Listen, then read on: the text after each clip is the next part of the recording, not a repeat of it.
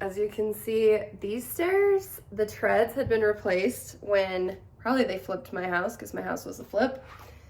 And these ones have not been, and they've got several layers of paint on, and it's kind of an old redwood that's underneath it, so it's not going to stain the same. I attempted to save these stair treads and sanded and sanded and sanded with not much success. So I am going to have to replace the stair treads. Hence this video that I didn't expect to be making, which is how to replace your stair treads with new ones. All right, here we go. I'm gonna start with this one. I don't know why, I just feel like that's the one I wanna start with. So, got this crowbar, literally has the tags and everything still on it. What I found works best is to gently hit the underside of the stair with your hammer. That starts to separate it from the frame. Then you can go in with your crowbar and start to pull it up.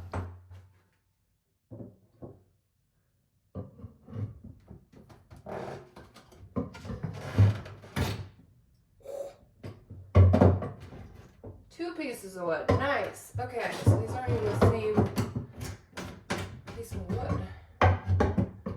It's pulling off pretty easily though.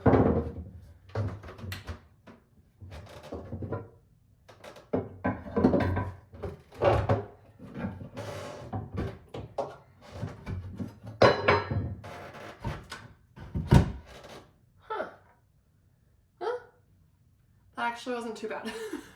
Now let's see how the second one comes out. The back piece of wood was a lot harder to remove than the front piece was. And that's because when they built these stairs, someone had shot a nail from behind and underneath the stairs into that back board.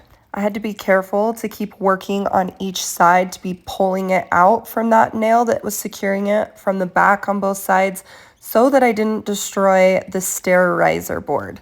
Even though I am going to be putting a new stair riser front on them, I still don't want to have to replace the boards.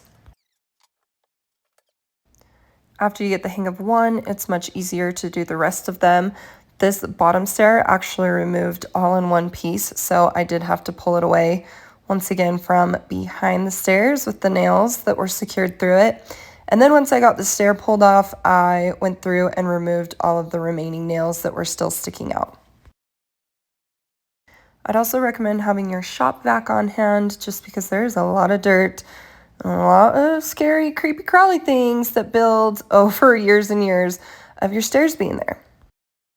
Something to keep in mind, if you need these stairs to remain functional, then only remove a couple of them before you start replacing the stair treads. This way, you can still go up and down them if it takes you longer to install the stair treads than you were planning on, which is pretty much what always happens when I do projects. I'm going to do another video on my process of cutting and replacing the stair treads, but as you can see, it is really handy to be able to go up and down them as you are replacing those.